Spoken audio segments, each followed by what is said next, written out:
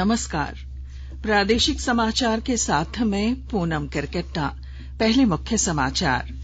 प्रधानमंत्री नरेंद्र मोदी ने आंध्र प्रदेश में आज स्वतंत्रता सेनानी अल्लूरी सीताराम राजू के जयंती समारोह का किया उद्घाटन। कहा, आदिवासियों को आगे बढ़ाने पर सरकार का जोर।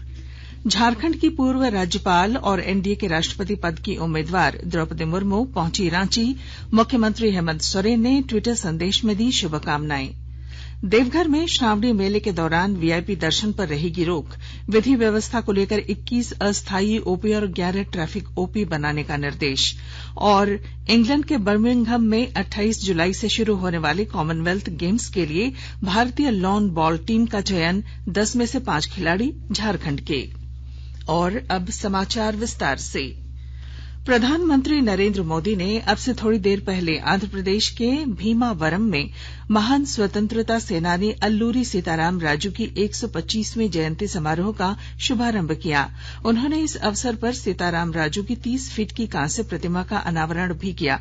इस मौके पर आयोजित कार्यक्रम को संबोधित करते हुए श्री मोदी ने कहा कि सीताराम राजू ने अपना जीवन आदिवासी समाज के लिए अर्पित कर दिया। उन्होंने कहा कि आदिवासी समाज को आगे बढ़ाने के लिए वन उत्पादों को बढ़ावा दिया जा रहा है। इसे लेकर केंद्र सरकार की ओर से नए प्रयास किए जा रहे हैं। दशकों पुराने कानून जो आदिवासी लोगों को बांबू जैसी वन उपज को काटने से रोकते थे, हमने उन्हें बदलकर वन उपज पर अधिकार दिए। आज वन उत्पादों को प्रमोट करने के लिए सरकार अनेक विध नए प्रयास कर रही है। 8 साल पहले तक केवल 12 फॉरेस्ट प्रोडक्ट्स की एमएसपी पर खरीदी होती थी, लेकिन आज एमएसपी की खरीद लिस्ट में करीब 90 प्रोडक्ट्स वन उपज के रूप में शामिल किया गया है। प्रधानमंत्री नरेंद्र मोदी आज गुजरात के गांधीनगर में डिजिटल इंडिया सप्ताह 2022 का उद्घाटन करेंगे। कार्यक्रम के दौरान वे कई डिजिटल कदमों की शुरूआत करेंगे। इसका उद्देश्य प्रौद्योगिकी तक पहुंच बढ़ाना, जीवन यापन को सुगम बनाना और स्टार्टअप को बढ़ावा देना है। डिजिटल इंडिया सप्ताह का विषय है नव भारत प्रौद्योगिकी प्रेरणा। श्री मोदी डिजिटल इंडिया भाषिणी का शुभारंभ करेंगे, जिससे भारतीय भाषाओं में इंटरनेट और डिजिटल सेवाओं तक पहुंच आसान होगी और भारतीय भाषाओं में विषय वस्तु तैयार करने में सहायता मिलेगी। प्रधानमंत्री देश के द्वितीय और तृतीय श्रेणी के शहरों में स्टार्टअप की सहायता और उन्हें सफल बनाने के लिए एक राष्ट्रीय प्रौद्योगिकी स्टार्टअप मंच डिजिटल इंडिया जेनेसिस का शुभारंभ भी करेंगे। इस योजना के लिए कुल 750 करोड़ रुपए की राशि निर्धारित की गई है। झारखंड की पूर्व राज्यपाल और राष्ट्रपति पद के लिए एनडीए उम्मीदवार द्रौपदी मुर्मू अब से थोड़ी देर पहले रांची पहुंची हैं। रांची के बिरसा मुंडा हवाई अड्डे पर उनका पारंपरिक अंदाज में स्वागत किया गया। वहां से श्रीमती मुर्मू रांची के एक होटल पहुंचकर भाजपा के सांसदों और विधायकों के साथ बैठक कर रही हैं। बैठक में प्रदेश अध्यक्ष दीपक प्रकाश, विधायक दल के नेता बाबूलाल मरांडी, राष्ट्रीय उपाध्यक्ष रघुवर दास, केंद्रीय मंत्री अर्जुन मुंडा, अन्नपूर्णा देवी, प्रदेश महामंत्री आदित्य साहू, आजसू प्रमुख सुदेश महतो, सांसद चंद्र प्रकाश चौधरी उपस्थित हैं। श्रीमती मुर्मू आज शाम 5 बजे विशेष विमान से नई दिल्ली लौट जाएंगी। इधर मुख्यमंत्री हेमंत सोरेन ने अपने ट्विटर संदेश के माध्यम से श्रीमती द्रौपदी मुर्मू का भगवान बिरसा की पावन धरती पर हार्दिक स्वागत किया है। मुख्यमंत्री हेमंत सोरेन कल राज्य की नई सोलर नीति लॉन्च करेंगे। इस नीति के तहत राज्य में 2027 तक निजी और सार्वजनिक क्षेत्र की भागीदारी से 4000 मेगावाट सौर ऊर्जा उत्पादन का लक्ष्य रखा गया है। नीति में निवेशकों को आकर्षित करने के लिए कई प्रावधान हैं। राज्य में बंजर भूमि की उपलब्धता और वर्ष में 300 दिन धूप खिलने के कारण सौर ऊर्जा के क्षेत्र में संभावनाओं की कमी नहीं है। 3 लाख वार्षिक आय वाले लोगों को अपने घर में 3 किलोवाट तक का सोलर प्लांट लगाने पर 60% सब्सिडी दी जाएगी, जबकि 3 से 10 किलोवाट का सोलर प्लांट लगाने पर 80% सब्सिडी का प्रावधान किया गया है। दूसरी ओर आजीविका परियोजनाओं के लिए 3 किलोवाट तक का सोलर संयंत्र लगाने पर 60% सब्सिडी का प्रावधान है। मुख्यमंत्री हेमंत सोरेन थोड़ी देर में धनबाद पहुंचेंगे। यहां गोल्फ ग्राउंड में आयोजित समारोह में सीएम करीब 512 करोड़ रुपए की योजनाओं का उद्घाटन, शिलान्यास और परिसंपत्तियों का वितरण करेंगे। इस दौरान 174 लोगों को सरकारी नौकरी और कौशल विकास योजना के तहत प्लेसमेंट के लिए नियुक्ति पत्र भी प्रदान करेंगे। धनबाद के एयरपोर्ट पर मुख्यमंत्री के स्वागत में जिले के सभी अधिकारी मौजूद हैं। समारोह में स्वास्थ्य मंत्री बन्ना गुप्ता, धनबाद के सांसद पीएन सिंह, गिरिडीह सांसद चंद्र प्रकाश चौधरी समेत कई विधायक भी मौजूद रहेंगे। कोडरमा के युवा वैज्ञानिक कुणाल अम्बष्टा का चयन नीति आयोग के अटल नवाचार मिशन के तहत फेलोशिप के लिए हुआ है। विस्तृत ब्यौरे के साथ हमारे कोडरमा संवाददाता। कोडरमा के युवा वैज्ञानिक कुणाल अम्बष्टा का चयन भारत सरकार के नीति आयोग और IIT ISM धनबाद द्वारा कम्युनिटी इनोवेटर फेलोशिप के लिए किया गया है। नीति आयोग की अटल नवाचार मिशन के तहत पूरे देश में 12 केंद्र संचालित है और इन केंद्रों से चयन प्रक्रिया अपनाई गई थी, जिसमें कोडरमा के युवा वैज्ञानिक कुणाल का चयन किया गया। कुणाल को मिले फेलोशिप की अवधि 14 माह की होगी, जबकि इसकी राशि 2 लाख रुपए तक निर्धारित की गई है। नीति आयोग के तहत इस योजना के जरिए चयनित इनोवेटर के आविष्कार को तकनीकी, मार्केटिंग एवं प्रोडक्ट को अपग्रेड करने में हर संभव मदद किया जाएगा। कुणाल अम्बष्टा ने कंप्लीट होम ऑटोमेशन सिस्टम का इजाद किया है। इसके जरिए घर में लगे तमाम इलेक्ट्रॉनिक उपकरण को एक आवाज के जरिए संचालित किया जा सकता है। गजेंद्र बिहारी सिन्हा, आकाशवाणी समाचार, कोडरमा। झारखंड में कोरोना के सक्रिय मामलों की संख्या बढ़कर 344 पहुंच गई है। इनमें रांची जिले के सबसे अधिक 126 मामले शामिल हैं। पिछले 24 घंटों के दौरान राज्य के 5 जिलों से कोरोना के 35 नए मरीज मिले, जिनमें बोकारो से 3, पूर्वी सिंहभूम से 7, कोडरमा से 1, पलामू से 4 और रांची जिले के 20 नए मरीज शामिल हैं। वहीं दूसरी ओर पिछले 24 घंटों के दौरान 18 लोगों को स्वस्थ होने के बाद अस्पतालों से छुट्टी दे दी गई। आकाशवाणी के ताजा तरीन समाचारों के लिए आप हमारी वेबसाइट newsonair.com पर लॉग ऑन कर सकते हैं। ताजा समाचार Twitter handle @AIR News Alerts और Facebook page all India radio news पर भी उपलब्ध है।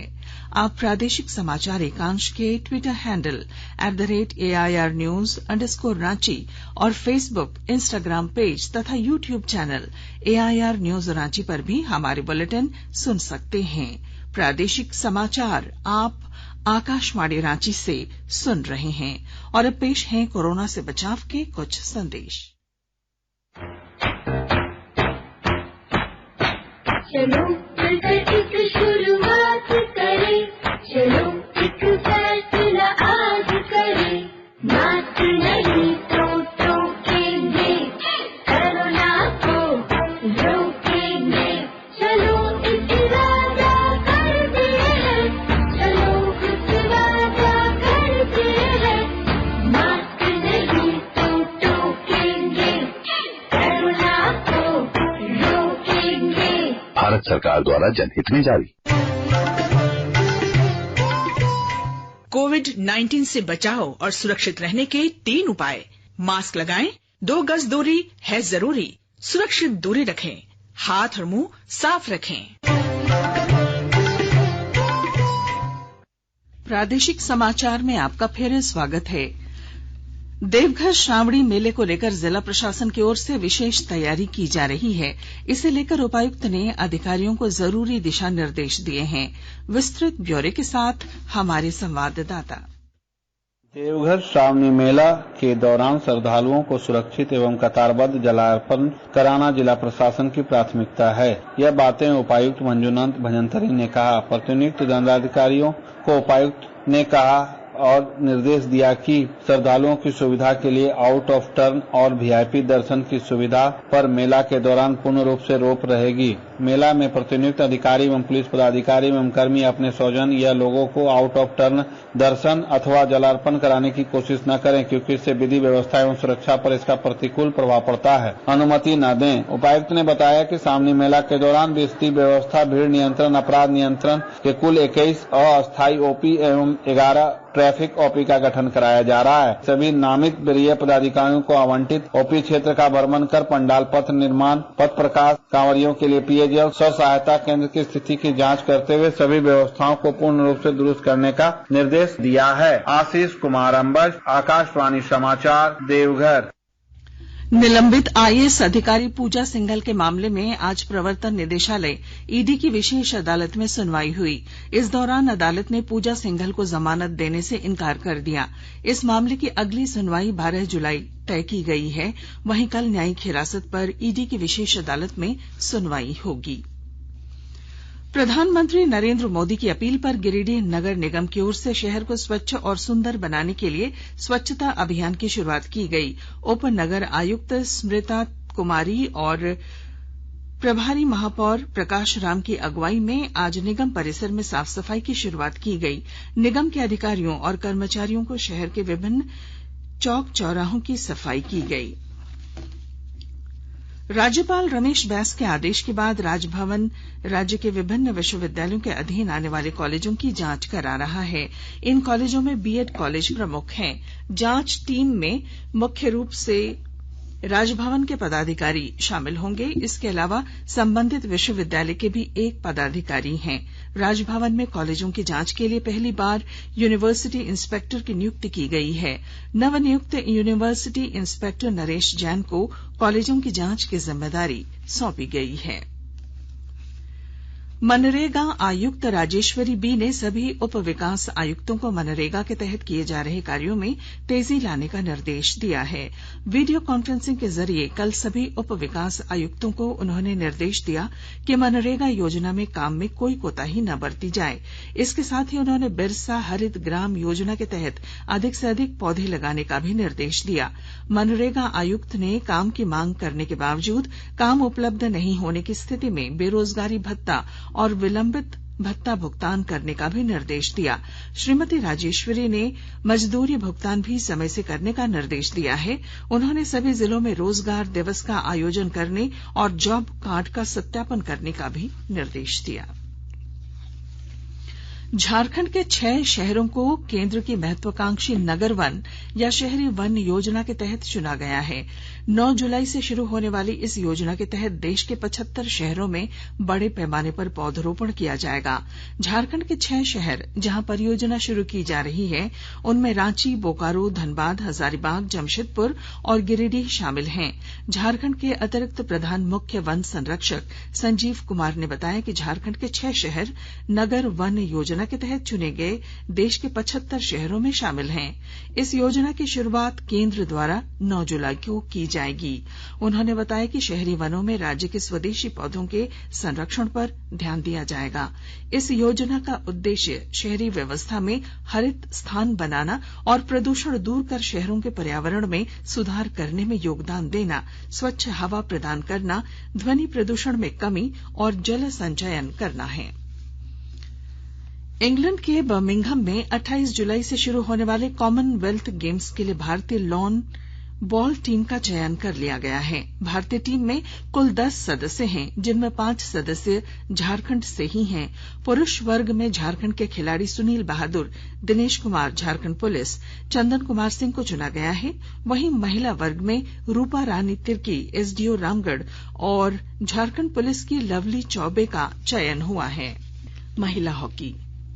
महिला हॉकी विश्व कप के पूल बी में कल भारत और इंग्लैंड का मैच 1-1 से बराबरी पर रहा। नीदरलैंड्स में एम्स्टेलवीन के वेजनर हॉकी स्टेडियम में हुए मुकाबले में पीटर इजाबेल ने 8वें मिनट में गोल कर इंग्लैंड को बढ़त दिलाई। भारत ने कई मौके गंवाए, लेकिन दूसरे क्वार्टर में वंदना कटारिया ने पेनाल्टी कॉर्नर को गोल में बदलकर मैच 1-1 से बराबरी पर ला दिया।